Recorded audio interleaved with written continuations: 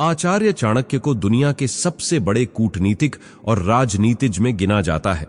आचार्य चाणक्य राजनीति, युद्ध नीति और समुद्र शास्त्र में पारंगत थे। उनके मार्गदर्शन में ही चंद्रगुप्त मौर्य भारत के सम्राट बने और सिकंदर को भारत से वापस भेजने में भी आचार्य चाणक्य का बहुत बड़ा हाथ था। चाणक्य जानते थे कि ज्ञान और शिक्षा के द्वारा ही कोई भी व्यक्ति अपने जीवन को बदल सकता है। इसलिए उन्होंने अपनी कूटनीतियों और रणनीतियों को एक किताब में लिखा, जिसे आज हम चाणक्य नीति के नाम से जानते हैं। इस किताब में ऐसी कई नीतियां और नियम बताए गए हैं जिनका पालन अगर कोई भी व्यक्ति करता है तो वह जीवन में सफलता प्राप्त कर सकता है, और इन नीतियों को पढ़ने मात्र से ही व्यक्ति की बुद्धि का विकास होता है। चलिए, आज हम आपको चाणक्य नीति में बताई गई चाणक्य की सबसे ज्यादा पावरफुल नीतियों के बारे में बताएंगे, तो वीडियो को अंत तक देखते रहिए। उससे पहले आपसे निवेदन है कि वीडियो को लाइक और चैनल को सब्सक्राइब जरूर कर लें। आचार्य चाणक्य कहते हैं कि आज के समय में आदमी को हद से ज्यादा सीधा भी नहीं होना चाहिए, क्योंकि अगर हम जंगल में जाकर देखें तो सीधे पेड़ पहले काट दिए जाते हैं और टेढ़े पेड़ अक्सर बच जाते हैं। देखिए, यह दुनिया बहुत ही चतुर और चालाक लोगों से भरी पड़ी है। ऐसे लोग जो हमेशा अपना फायदा देखते हैं और अपने फायदे के लिए वह आपका नुकसान करने से भी नहीं चूकते। इसलिए अगर आज आप ज्यादा सीधे और भोले भाले बनकर रहोगे तो लोग आपको बेवकूफ बना देंगे और हर कोई आपका फायदा उठाएगा। इसके कई उदाहरण आप भी अपने आसपास जरूर देखते होंगे। जो लोग ज्यादा सीधे साधे होते हैं, लोग उनको अपनी बातों में बहला फुसलाकर उनसे अपना काम निकलवा लेते हैं। तो सवाल यह आता है कि दोस्तों, अगर सीधे साधे ना बने तो क्या हम बुरे बन जाएं? लोगों से बुरा बर्ताव करना शुरू कर दें? तो देखिए, आपको ऐसा भी नहीं करना है। आपको बस समझदारी से काम लेना है और अपनी बुद्धि का प्रयोग करना है। आज के समय में लोग नायक बनने की कोशिश करते हैं। वह दूसरों के मदद मांगने पर झट से उनकी मदद कर देते हैं, भले ही उससे उनका कोई नुकसान हो रहा हो। ज्यादातर लोग ऐसा इसलिए करते हैं क्योंकि उन्हें लगता है कि ऐसा करने से सामने वाला व्यक्ति उनसे इंप्रेस हो जाएगा। लेकिन असलियत में होता यह है कि लोग ऐसे लोगों को बेवकूफ समझते हैं और वह आए दिन उनसे अपने काम निकलवा रहते हैं। इसलिए आज के समय में ज्यादा सीधे मत बनिए, लोगों को ना बोलना सीखिए। अगर आपको लगता है कि कोई आपका फायदा उठाने की कोशिश कर रहा है या कोई आपसे काम निकलवाने की कोशिश कर रहा है, तो उसको किसी भी प्रकार की मदद करने से साफ इनकार कर दीजिए। इसके अलावा सीधे लोगों की एक और खासियत होती है कि वह किसी का विरोध नहीं कर पाते हैं। अगर कोई उन्हें कुछ भला बुरा कहे या उनका अपमान करे तो वह इस व्यक्ति को कुछ नहीं कह पाते। देखिए, अगर कोई बिना वजह आपका अपमान करे या आपको नीचा दिखाने की कोशिश करे तो उसका खुलकर विरोध करो, फिर चाहे वह कितना ही ताकतवर क्यों ना हो। देखिए, सीधे साधे लोग अक्सर लड़ाई से बचने की सोचते हैं और इसलिए वह बहस करना ज्यादा पसंद नहीं करते।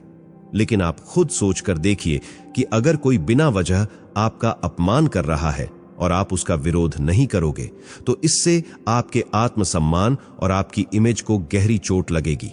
इसलिए इंसान को ज्यादा सीधा और भोला नहीं होना चाहिए और थोड़ा चालाक और बुद्धिमान भी बनना चाहिए।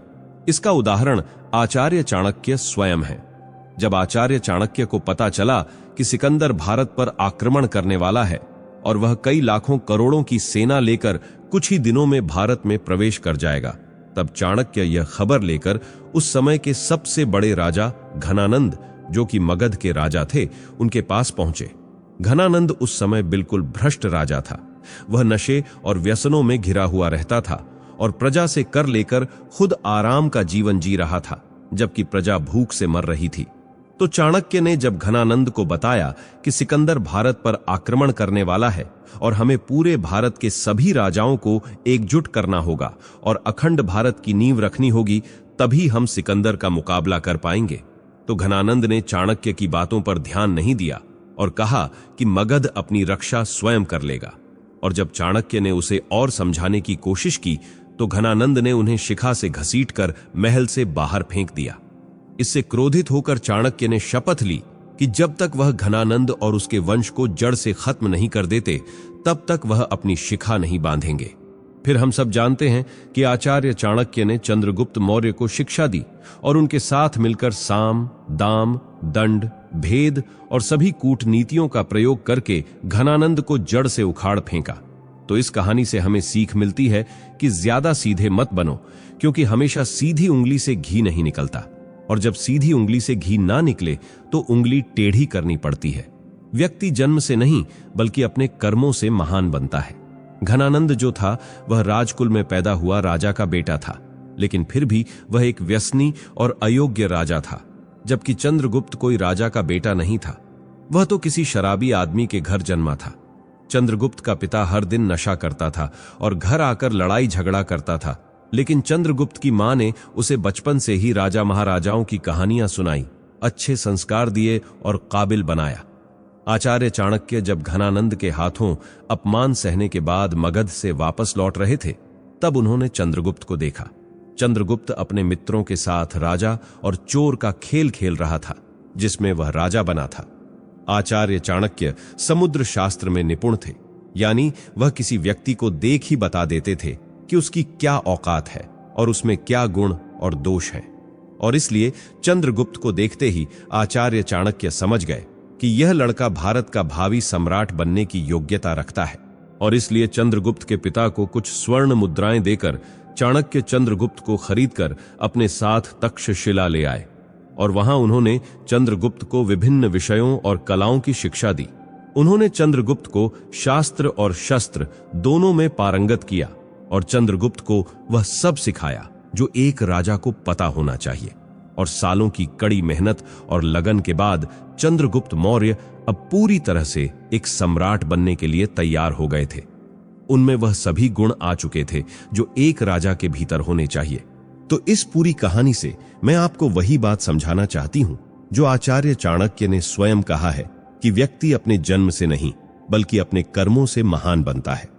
आप जैसे कर्म करेंगे वैसा ही आपको फल मिलेगा। यही प्रकृति का सीधा साफ नियम है।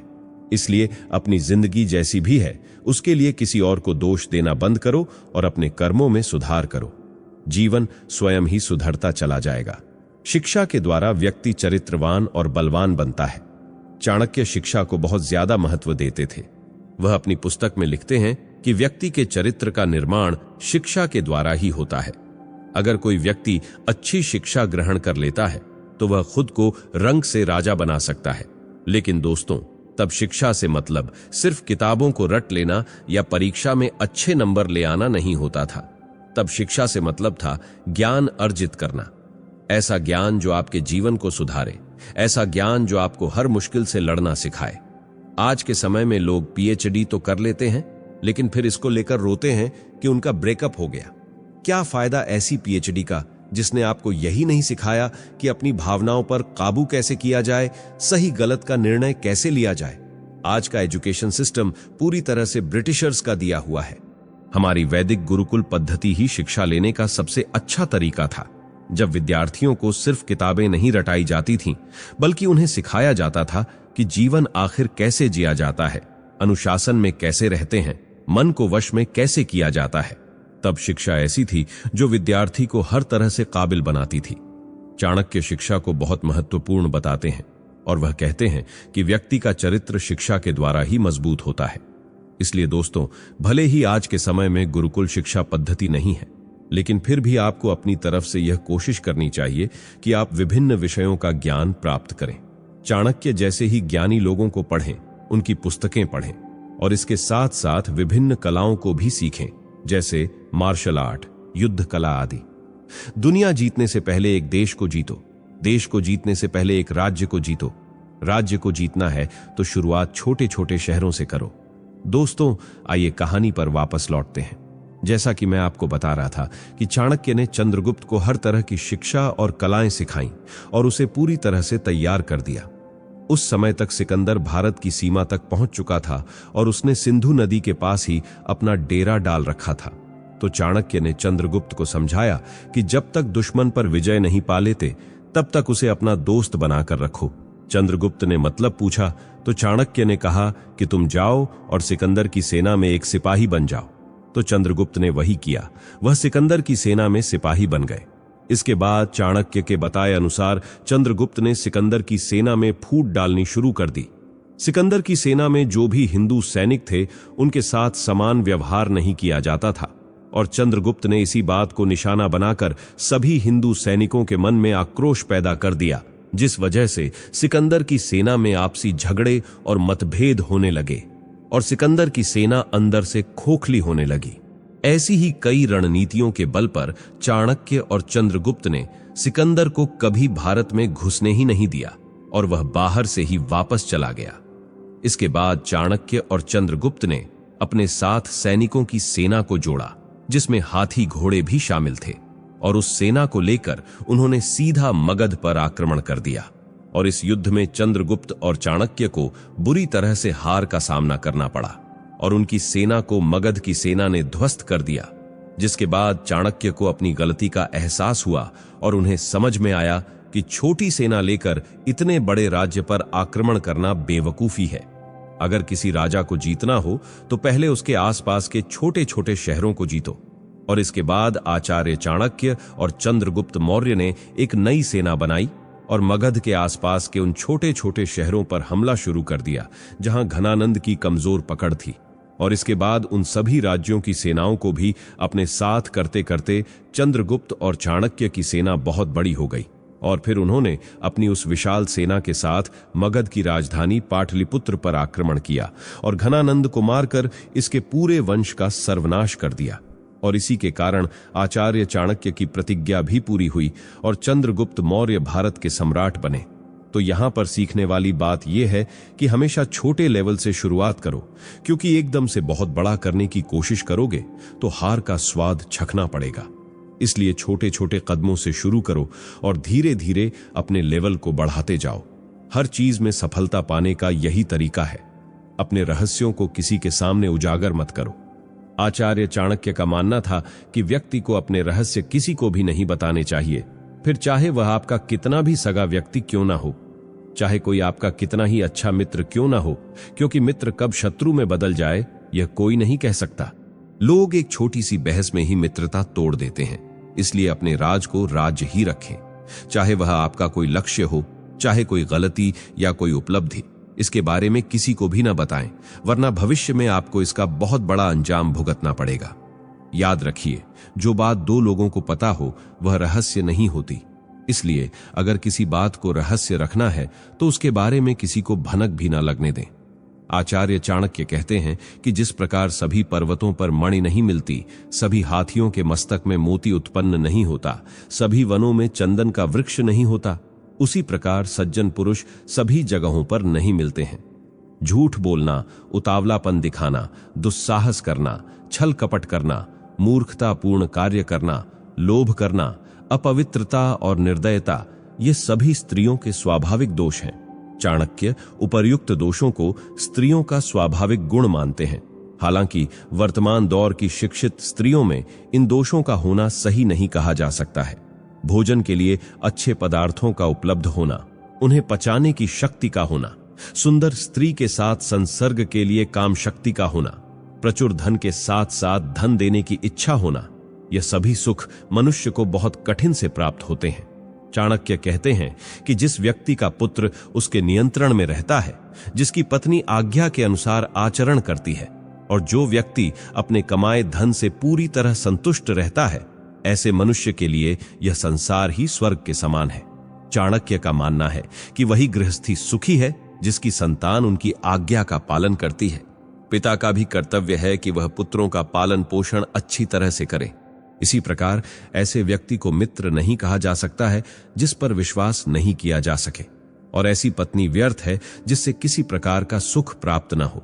जो मित्र आपके सामने चिकनी चुपड़ी बातें करता हो और पीठ पीछे आपके कार्य को बिगाड़ देता हो, उसे त्याग देने में ही भलाई है। चाणक्य कहते हैं कि वह उस बर्तन के समान है जिसके ऊपर के हिस्से में दूध लगा है परंतु अंदर विष भरा हुआ होता है। चाणक्य कहते हैं कि जो व्यक्ति अच्छा मित्र नहीं है उस पर तो विश्वास नहीं करना चाहिए, परंतु इसके साथ ही अच्छे मित्र के संबंध में भी पूरा विश्वास नहीं करना चाहिए। चाणक्य बताते हैं कि ऐसी जगह पर बोलने वाले व्यक्ति का अपमान ही होता है। इसके अलावा वे लोग आपको नीचा दिखाने की भी कोशिश करेंगे। इसलिए एक बुद्धिमान व्यक्ति को ऐसे स्थान पर हमेशा चुप ही रहना चाहिए। तीसरा है, जब कोई किसी और की बुराई कर रहा हो, जब कोई आदमी आपके सामने किसी तीसरे आदमी की बुराई कर रहा हो, तो उस समय आपको बस चुप रहकर सुनना चाहिए और अपनी राय व्यक्त नहीं करना चाहिए, क्योंकि जो आज आपके सामने किसी तीसरे की बुराई कर रहा है वह कल किसी और के सामने आपकी बुराई भी कर सकता है। यदि आपने कुछ कहा तो इसलिए बेहतर यही होगा कि आप ऐसे स्थान पर रुके ही ना जहां किसी की बुराई की जा रही हो। चौथा है, जब आपके पास अधूरी जानकारी हो। अधूरी जानकारी बहुत ही खतरनाक होती है। यदि आपको किसी घटना या किसी विषय पर अधूरी जानकारी है तो तब आपके लिए चुप रहना ही उत्तम है, क्योंकि अधूरा ज्ञान बड़ा ही घातक होता है। यह आपको हंसी का पात्र भी बना सकता है या किसी मुसीबत में भी डाल सकता है, या फिर आपके दिए गए अधूरे ज्ञान से दूसरे को हानि भी हो सकती है। इसलिए आपको किसी दूसरे को सलाह या ज्ञान तभी देना चाहिए जब आपको उस चीज के बारे में पूरी जानकारी हो। पांचवा है, जब सामने वाला व्यक्ति आपकी भावना न समझ रहा हो। जब आपको यह ज्ञान हो जाए कि सामने वाला व्यक्ति न तो आपकी भावना का सम्मान कर रहा है और न ही वह आपकी बात को समझ पा रहा है, तो ऐसी स्थिति में आपको स्वयं शांत और चुप हो जाना चाहिए, क्योंकि ऐसे लोगों को आपकी भावना या दुख से कोई मतलब नहीं होता है। ऐसे लोगों को अपना राज बताकर आपको पछताना ही पड़ेगा। हिंदी में एक कहावत है कि भैंस के आगे बीन बजाना बेकार है। इस समय आपको इस कहावत पर गौर करना चाहिए ताकि न तो आपकी ऊर्जा व्यर्थ हो और न ही आपको बेवकूफ समझा जाए। छठा है, जब कोई इंसान अपना दुख व्यक्त कर रहा हो। यदि कोई इंसान अपने दुख या परेशानी के बारे में आपको बता रहा है तो इसका मतलब यह है कि वह आप पर भरोसा करता है और आपको अपना समझ रहा है। ऐसे में तुरंत ही उसे समाधान बताने के बजाय चुप रहकर उसके दुख या समस्या को ध्यानपूर्वक अच्छे से सुने।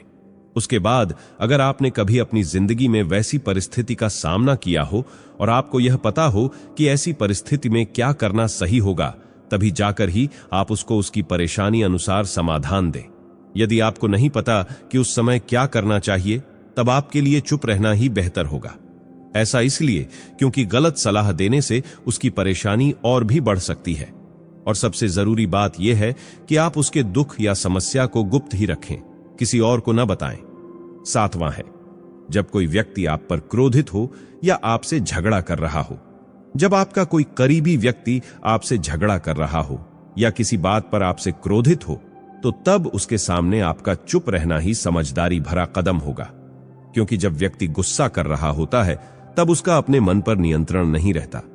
ऐसी परिस्थिति में उनके क्रोध की अग्नि में अगर आप भी कूद पड़ेंगे या उनसे झगड़ा करने लगेंगे तो जो बात कल सुलझ सकती थी वह और भी ज्यादा बिगड़ती चली जाएगी। उस समय सब सहकर अगर आप चुप रहेंगे तो वह खुद ही मन यह सोचकर पछताने लगेंगे कि उन्होंने आपके साथ गलत किया, और वह शर्मिंदा होकर खुद ही आपके पास चलकर आएंगे और आपसे माफी मांगेंगे। क्रोधी व्यक्ति के साथ बहस करना आग में घी डालने जैसा ही होता है। इससे उसके क्रोध की आग और भड़केगी और आपको ही उसका खामियाजा भुगतना पड़ेगा।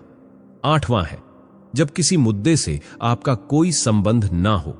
अगर आपका किसी मुद्दे से कोई संबंध ना हो तो वहां आपका चुप रहना बनता है। बिना किसी वजह अगर आप दूसरों के मुद्दों पर बोलेंगे तो यह आपके लिए अनिष्टकारी रहेगा। इसमें केवल और केवल आपका ही नुकसान होगा। आप तब तक चुप रहें जब तक आपको उस मुद्दे को लेकर कुछ पूछा ना जाए।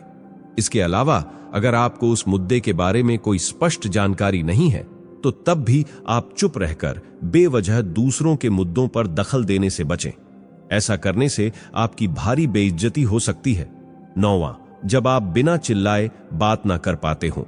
जब हम बिना शोर शराबे के अपने विचारों को संवेदनशीलता से व्यक्त करते हैं तो सामने वाला व्यक्ति हमारी बातों को सुनता है और हमारी भावनाओं को भी समझता है।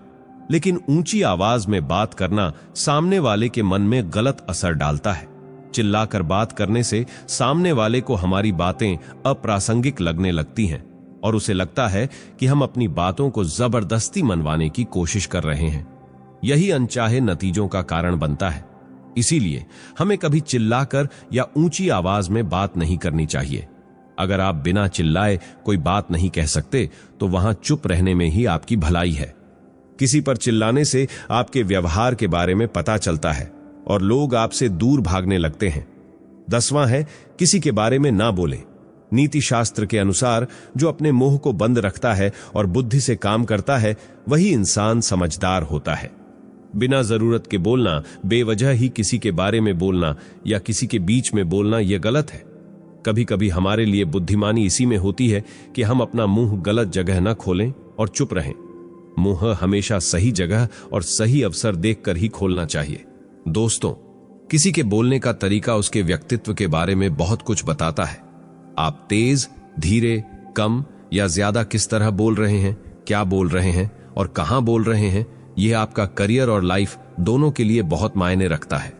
यह भी सच है कि हमें अपनी बात को सही तरह से रखना आना चाहिए, लेकिन इन हालातों में चुप रहने में ही भलाई है। दोस्तों, अक्सर कहा जाता है कि समझदार व्यक्ति वही है जो बोलने से ज्यादा सुनने में विश्वास रखता है। मौन रहना एक कला है और यकीन मानिए, यह जितना आसान सुनने और पढ़ने में लगता है, उतना ही ज्यादा कठिन काम है जो हर कोई नहीं कर पाता। चुप रहने के कई नुकसान हैं, लेकिन सही जगह चुप रहने के कुछ ऐसे फायदे भी हैं जिन्हें जानना उन लोगों के लिए तो बहुत आवश्यक है जो अक्सर हर जगह बोलने या जवाब देने की आदत रखते हैं। चाणक्य नीति में जीवन को सफल और सुखी बनाने के लिए कई बातों का जिक्र किया गया है। आचार्य चाणक्य ने ऐसी जगहों के बारे में बताया है जहां हमें हमेशा खामोश रहना चाहिए। चाणक्य बताते हैं कि इन स्थानों पर चुप बैठने वाला व्यक्ति जीवन भर सुखी रहता है। साथ ही अगर इन 10 स्थानों पर व्यक्ति गलती से भी अपना हस्तक्षेप कर दे तो आगे चलकर वह बहुत बड़ी मुसीबत में फंस सकता है।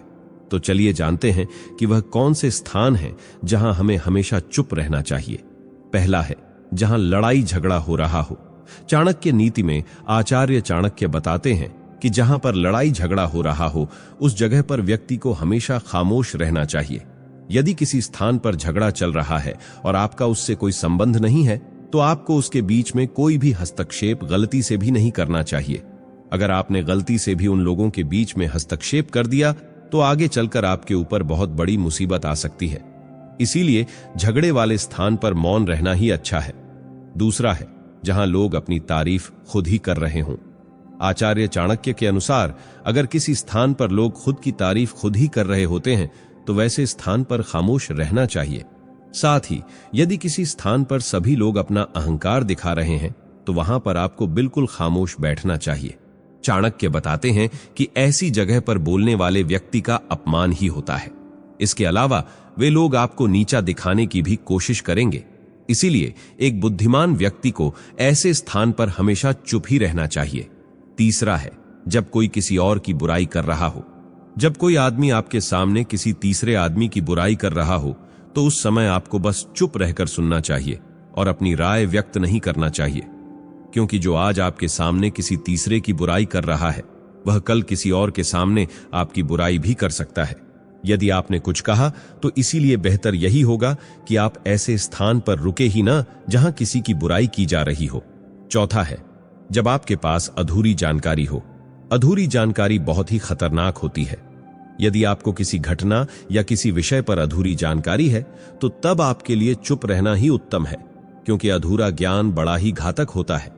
यह आपको हंसी का पात्र भी बना सकता है या किसी मुसीबत में भी डाल सकता है, या फिर आपके दिए गए अधूरे ज्ञान से दूसरे को हानि भी हो सकती है।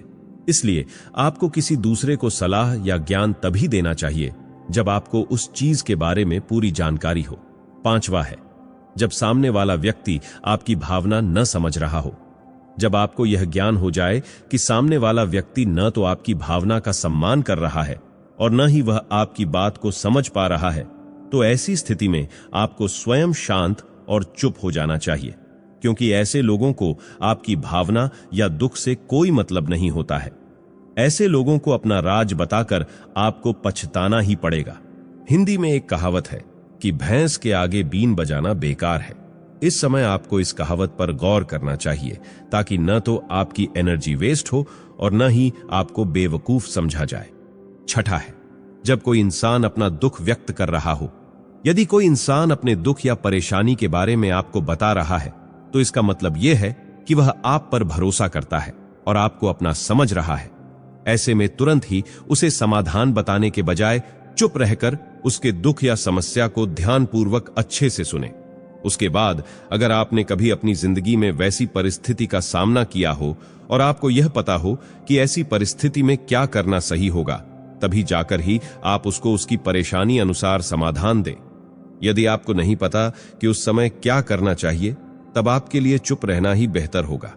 ऐसा इसलिए क्योंकि गलत सलाह देने से उसकी परेशानी और भी बढ़ सकती है।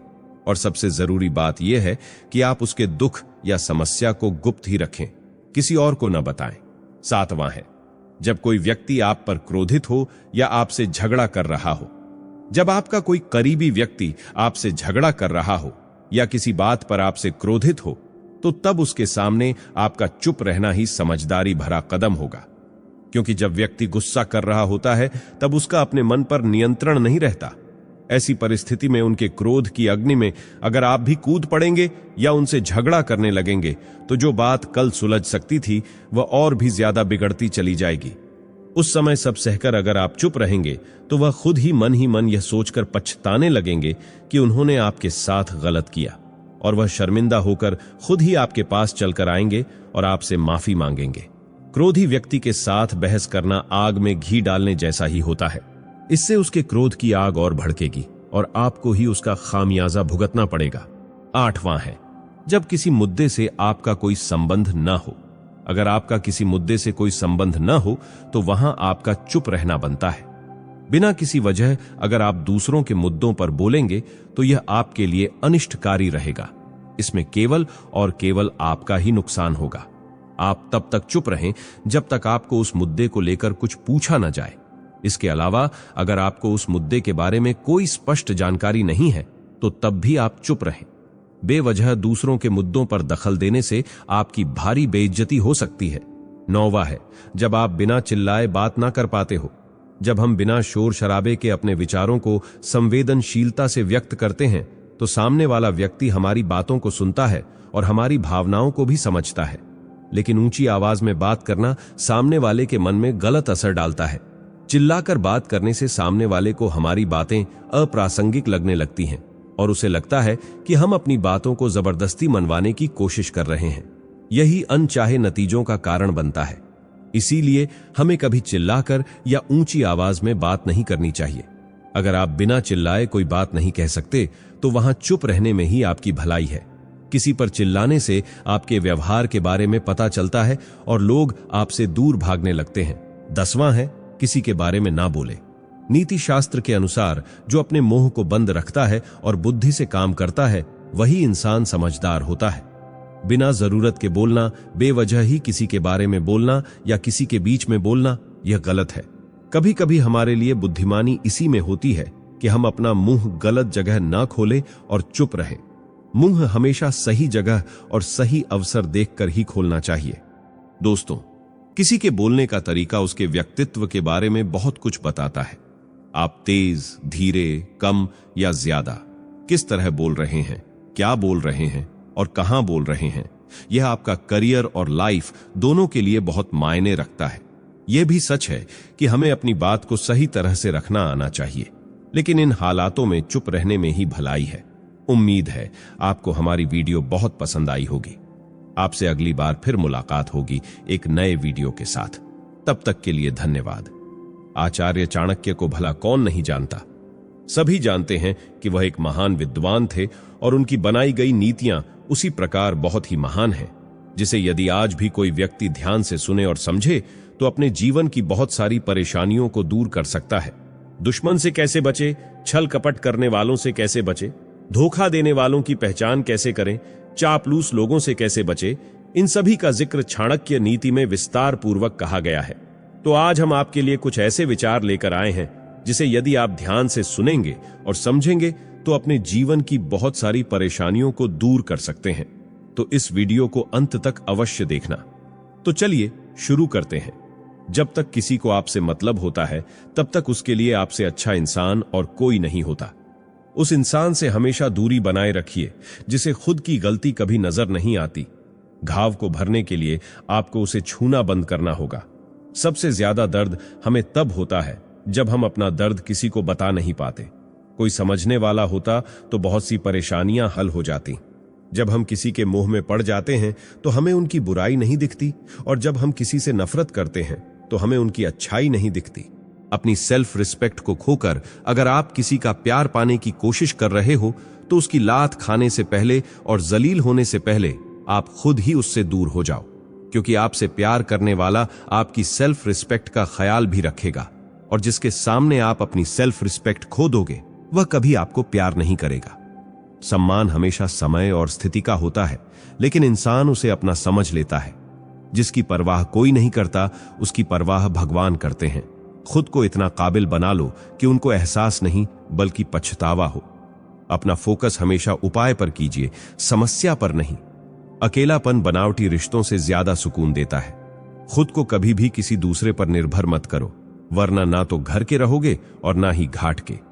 उम्मीद बहुत तकलीफ देती है, पर ना जाने क्यों हमें फिर भी लोगों से उम्मीद रहती है।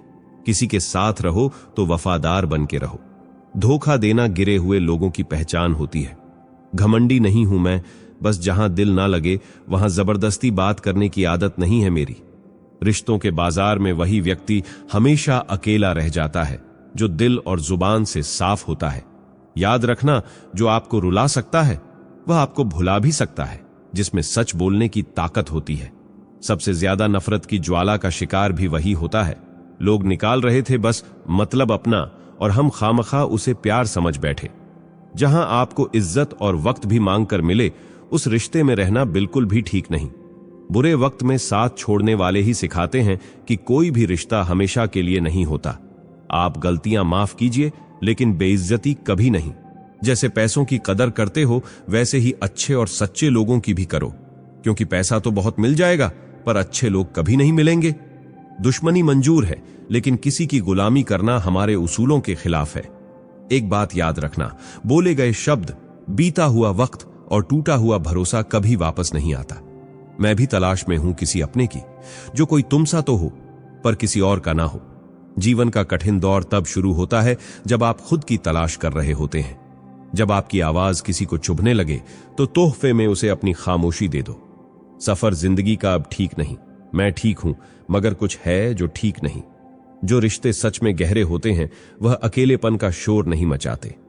हमेशा याद रखना, जीभ कभी नहीं फिसलती। सच तो यह है कि जो दिमाग में चल रहा होता है वह हमेशा जीभ पर आ जाता है।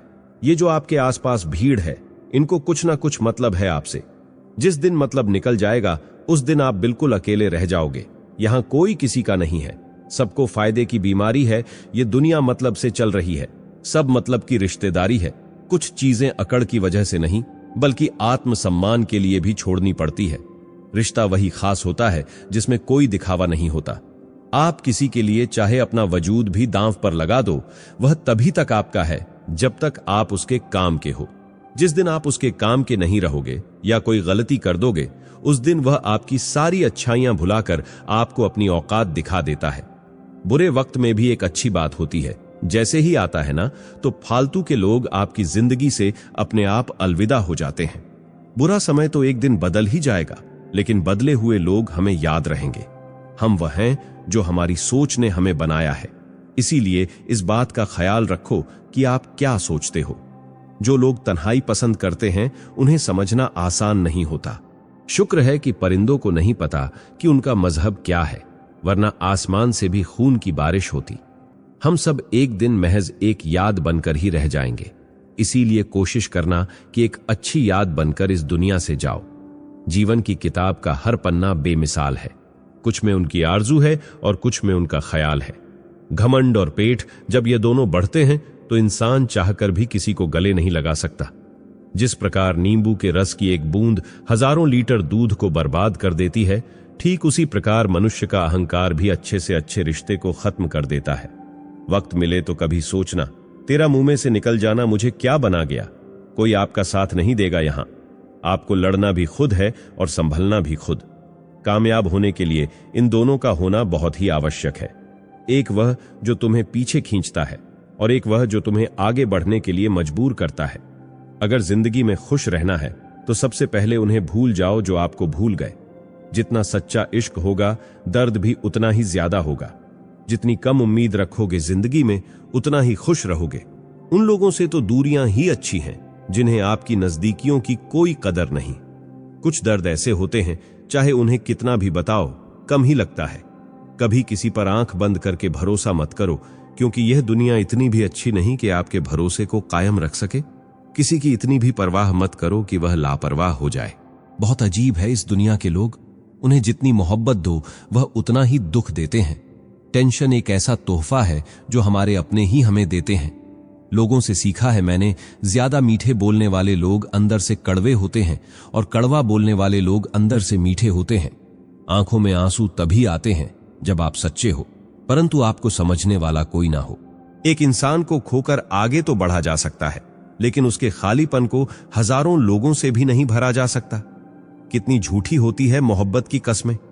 देखो, तुम भी जिंदा हो और मैं भी जिंदा हूं। जो इज्जत देगा उसे ही इज्जत मिलेगी। हम हैसियत देखकर सर नहीं झुकाते।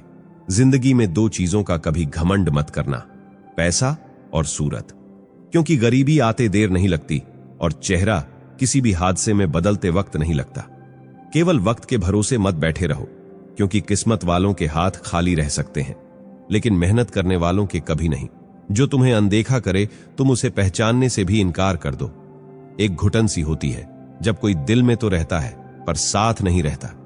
जिस दिन आपको यह अनुभव होता है कि सब दौड़ व्यर्थ है, उस दिन आप उसी जगह खड़े हो जाते हैं जहां परमात्मा होता है। दुख तब होता है जब आपको एहसास हो कि जिसे आप सबसे ज्यादा महत्व दे रहे हैं, उनकी नजरों में आपका कोई महत्व नहीं। कुछ लोगों को छोड़ना इसलिए भी जरूरी हो जाता है, अगर हम उन्हें ना छोड़े तो वह हमें कहीं का नहीं छोड़ते। धोखा साथ चलने वाले ही देते हैं। यह कल भी सच था और आज भी सच है। बात बुरी लगे तो दो तरह से सोचो। यदि वह इंसान बहुत ही आवश्यक है तो उस बात को भूल जाओ। अगर वह बात बहुत आवश्यक है तो उस इंसान को भूल जाओ। जो आपका है वह आपको मिलकर ही रहेगा, फिर चाहे उसे छीनने के लिए पूरी कायनात ही क्यों ना हो जाए। छोड़ दी हमने हमेशा के लिए उसकी आरजू करना। जिसे मोहब्बत की कदर ना हो उसे दुआओं में क्या मांगना। जो गिरकर संभल जाता है असल में वह जिंदगी को समझ जाता है। जब किसी को खोने की नौबत आती है तभी उसे पाने की कीमत समझ में आती है। मंजिल आसान हो जाती है जब कोई अपना अपने से कहता है कि तू टेंशन मत ले, सब ठीक हो जाएगा। हे ईश्वर, मुझे किसी के दिल पर बोझ मत बनने देना। जो मुझसे दूर होना चाहते हैं मुझे उनसे पहले ही दूर कर देना। किसी का साथ अगर जिंदगी भर चाहते हो तो उसे यह कभी मत बताना कि तुम उसे कितना चाहते हो। अहंकार भी आवश्यक है जब बात अधिकार, चरित्र और सम्मान की हो। बिना मतलब यहां कोई नहीं रोता। दर्द जब गहरा हो आंसू तभी गिरते हैं। देर लगती है मगर समझ में आ ही जाता है कौन कैसा है। नजर आ ही जाता है। दिखावा करते हैं कुछ लोग अपनेपन का, मगर वक्त आने पर सबका असली चेहरा नजर आ ही जाता है। अकेला होना और अकेले रोना इंसान को अंदर से बहुत मजबूत बना देता है। आप किसी के लिए चाहे कितना भी कुछ कर लो, लेकिन जिसको धोखा देना है वह धोखा देकर ही रहेगा। यदि किसी समस्या का समाधान मिल सकता है तो चिंता किस बात की जाए। यदि आपकी समस्या का समाधान नहीं भी मिल रहा है तो चिंता करने से आपको कोई लाभ नहीं मिलेगा। बिना स्वास्थ्य के जीवन बिल्कुल बेकार है। वह केवल एक पीड़ा की स्थिति और मौत के समान जीवन है। अगर आप सच में खुद से प्यार करते हैं तो आप कभी भी किसी को दुख नहीं पहुंचा सकते। यदि आप अपना मार्ग नहीं बदलेंगे तो निश्चित ही आप वहीं पहुंच जाएंगे जहां से आप जा रहे हैं। क्रोध को शांति से जीतो, बुराई को अच्छाई से जीतो और झूठ बोलने वालों को सच बोलकर जीतो। जैसे मोमबत्ती के बिना आग नहीं जलती, गलती उसी प्रकार मनुष्य भी आध्यात्मिक जीवन के बिना नहीं जी सकता। यदि आप मोक्ष पाना चाहते हैं तो उसके लिए आपको स्वयं ही अपने मन को काबू कर प्रयास करने होंगे। जब आप क्रोध करते हैं तो उससे आपका ही नुकसान होता है। क्रोध करना जलते हुए कोयले को अपनी हथेली पर रखने की तरह है, जिसे आप दूसरे की ओर फेंकना चाहते हैं लेकिन स्वयं को ही नुकसान पहुंचाते हैं। हजारों लड़ाई लड़ने से अच्छा है खुद पर विजय हासिल करना, फिर जीत खुद होती है जिसे कभी कोई छीन नहीं सकता। जो करना है आज ही करें, क्या पता कल जिंदगी रहे ना रहे। अगर लापरवाह होते हैं तो नरम घाव से भी हाथ छिल सकते हैं। इसी प्रकार धर्म के प्रति की गई लापरवाही हमें नर्क के दरवाजे पर ला सकती है। हमारा शरीर सबसे जरूरी है, इसलिए इसे हमेशा स्वस्थ रखें और इसका पूरा ख्याल रखें। अगर आप सही दिशा में चल रहे हैं तो आपका काम है उस रास्ते में निरंतर करना। जो लोग ज्यादा बोलते हैं वह सीखने की कोशिश नहीं करते, जबकि समझदार इंसान हमेशा निडर और साहसी होता है जो समय आने पर ही बोलते हैं। दर्द मिलना तो अनिवार्य है, फिर आपके हाथ में है दुखी होना या ना होना। अगर बुराई को मात देनी है तो अच्छाई को बढ़ावा दीजिए और खुद के अंदर अच्छे विचार रखें। खुशी पाने का कोई भी रास्ता नहीं है, बल्कि खुद खुश रहना सबसे बड़ी खुशी होती है। अपनी मंजिल खुद ही ढूंढें और उसका रास्ता भी खुद ही तय करें। हमेशा सोच समझकर ही दूसरों पर भरोसा करें। ज्ञानी व्यक्ति की कभी भी मृत्यु नहीं होती, उनका ज्ञान का प्रकाश हर जगह मौजूद होता है, जबकि मूर्ख और अज्ञानी व्यक्ति अपने विचारों से पहले ही मर चुका होता है। दोस्तों, मनुष्य एक सामाजिक प्राणी है और बातचीत यानी कम्युनिकेशन के द्वारा ही आज वह इतना आगे पहुंचा है। हम अक्सर अपनी कई बातें दूसरों के साथ बांटते हैं और ऐसा करने में कोई बुराई नहीं है, क्योंकि जब हम एक दूसरे के साथ बातचीत करते हैं, एक दूसरे के बारे में जानते हैं, तो हमारे संबंध मजबूत होते हैं और हम एक दूसरे को बेहतर सहयोग भी कर पाते हैं। लेकिन दोस्तों, कुछ ऐसी बातें होती हैं जिनके बारे में अगर दूसरों को ना बताया जाए तो ही बेहतर होता है। अगर यह बातें आप किसी को बताते हैं तो आगे चलकर भविष्य में आपको कई समस्याओं का सामना करना पड़ सकता है और समाज में आपकी बदनामी भी हो सकती है। ये बातें मैं आपको अपने मन से नहीं बता रहा हूं। स्वयं आचार्य चाणक्य ने अपनी पुस्तक चाणक्य नीति में इन 6 चीजों के बारे में बताया है, जिसके बारे में हमें किसी को नहीं बताना चाहिए, वरना हमारी हानि होती है। तो आइए बिना देरी किए इन 6 चीजों के बारे में जानते हैं। पहला, अपने लक्ष्य के बारे में।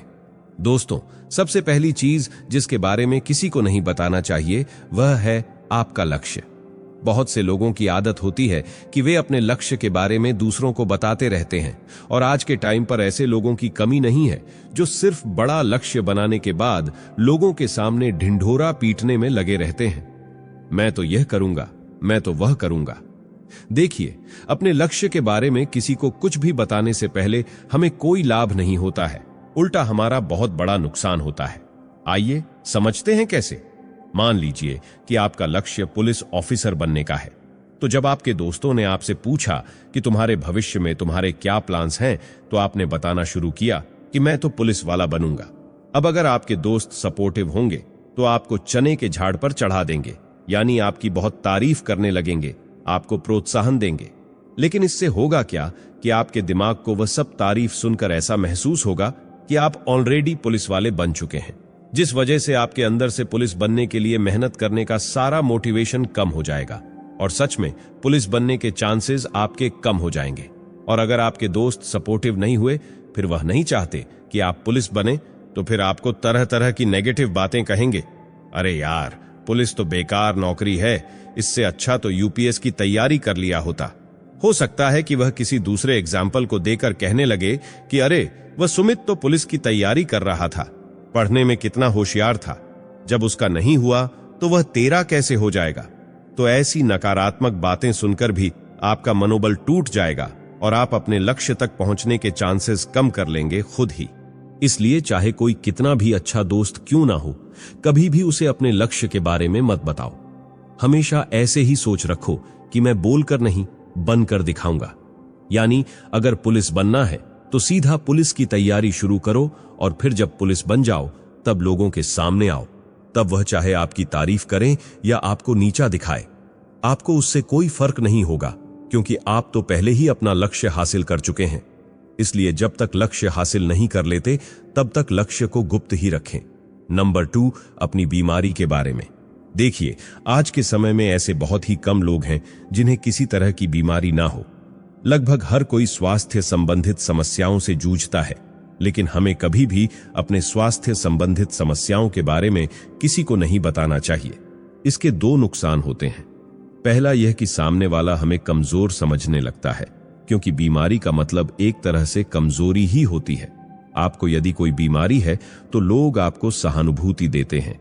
ऐसा वह इसलिए करते हैं क्योंकि बीमार व्यक्ति को कहीं ना कहीं कमजोर समझा जाता है। इसलिए अगर आपको कोई बीमारी है और आप दूसरे के सामने कमजोर नहीं दिखना चाहते हैं, तो अपनी बीमारी के बारे में किसी को ना बताएं। वैसे भी लोगों को बताने से आपकी बीमारी ठीक नहीं होने वाली, वो ठीक तभी होगी जब आप उसका इलाज करेंगे। दूसरा नुकसान यह होता है कि सामने वाला ऐसा सोचने लगता है कि हम अपने स्वास्थ्य का ध्यान नहीं रखते, और अगर हम अपनी हेल्थ को लेकर सीरियस नहीं हैं, तो बाकी चीजों को लेकर भी नहीं होंगे, ऐसा सामने वाला सोचने लगता है। इसलिए बीमारियों को अपने तक सीमित रखें सिर्फ लोगों की सहानुभूति पाने के लिए भी अपनी बीमारियों के बारे में उन्हें ना बताएं। बीमारी का इलाज करवाकर उसे जल्द से जल्द दूर करने का प्रयास करें। नंबर 3, अपनी धन संपत्ति और आय के बारे में। देखिए, आपके पास अगर बहुत ज्यादा पैसा या बहुत कम पैसा है, यह दोनों ही सूरत में आपको अपनी आर्थिक स्थिति को किसी के सामने उजागर नहीं करना चाहिए। अक्सर जिन लोगों को पैसे की तंगी होती है, वह अपने रिश्तेदारों और जानने वालों के सामने इस बात को उजागर कर देते हैं, अरे हमारे पास तो पैसा नहीं है, हम बहुत बुरे दौर से गुजर रहे हैं। लेकिन ऐसा करने से वह अपने लिए समस्या मोड़ लेते हैं। आचार्य चाणक्य कहते हैं कि अगर आप लोगों को पहले ही बता देंगे कि आपके पास पैसा नहीं है और फिर आप उनसे आर्थिक मदद मांगेंगे, तो आपकी मदद कभी नहीं करेंगे, क्योंकि उन्हें पहले ही पता है कि आप कंगाल हो। तो फिर आप उनके पैसे वापस कैसे करोगे? इसलिए कंगाली में जी लो, लेकिन किसी को भनक तक मत लगने दो कि आप कंगाल हो। अब इसका मतलब यह नहीं कि आप महंगे महंगे कपड़े पहनो और शो ऑफ करो। आपको बस अपनी आर्थिक तंगी के बारे में किसी को बताना नहीं, उसे गुप्त ही रखना चाहिए।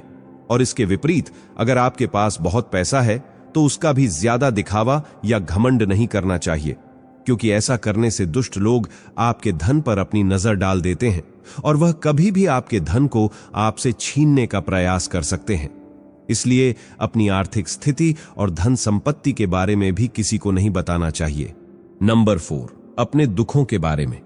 देखिए, अगर आप भी सोचते होंगे कि दुख बांटने से कम होता है, तो आप गलत सोचते हैं, क्योंकि दुख बांटने से कम नहीं बल्कि बढ़ जाता है। और ऐसा इसलिए होता है क्योंकि आज के समय में हर व्यक्ति अपने जीवन से ही मतलब रखता है। कोई भी दूसरे की समस्या को गहराई से समझना नहीं चाहता है और ना ही वह समझता है। लोग बस ऊपर से ऊपर उसे देखते हैं और अपनी राय बना लेते हैं। और अगर आप लोगों को अपने दुख बताएंगे, तो भले ही आपके सामने वह आपको दिलासा देंगे, लेकिन आपकी पीठ पीछे वह आपका मजाक उड़ाएंगे, आपके मजे लेंगे, जिसका पता चलने पर आपका दुख और अधिक होगा। इसलिए अपने दुख को खुद से निपटाना सीखें। दूसरों के सामने अपनी दर्द भरी दास्तां लेकर ना बैठ जाएं, इसलिए आपका कोई भी लाभ इससे नहीं होने वाला। इसके अलावा अपने दुखों के बारे में दूसरों को बताने का एक और नुकसान यह भी है कि लोग फिर आपसे बात करना पसंद नहीं करेंगे, क्योंकि लोगों को लगने लगेगा कि यह तो हमेशा अपना दुखड़ा ही सुनाता है। इसलिए दुखों से अकेले ही निपटना सीखिए। नंबर 5, अपने घर परिवार की निजी समस्याओं के बारे में। देखिए, इस दुनिया में कोई ऐसा परिवार नहीं है जहां वाद विवाद नहीं होते, लड़ाइयां नहीं होती, लेकिन आपको कभी भी अपने परिवार की समस्याओं के बारे में किसी को नहीं बताना चाहिए। बाहर वाले को यह बिल्कुल भी नहीं पता चलना चाहिए कि आपके संबंध आपके घर के किसी सदस्य के साथ अच्छे नहीं हैं। ये सब घर की बातें घर में ही रहनी चाहिए। और इसमें भी आचार्य चाणक्य इस बात पर सबसे ज्यादा जोर देते हैं कि अपनी पत्नी के साथ हुए झगड़े या पत्नी के अवगुणों के बारे में किसी को नहीं बताना चाहिए, क्योंकि पत्नी का चरित्र ही पति का चरित्र होता है। ऐसे में अगर आप पत्नी की समाज में बुराई करेंगे, तो आपके चरित्र पर भी लांछन लग जाएगा। इसलिए अपने घर की निजी बातें, निजी समस्याएं किसी को ना बताएं, इसमें आपका ही लाभ है।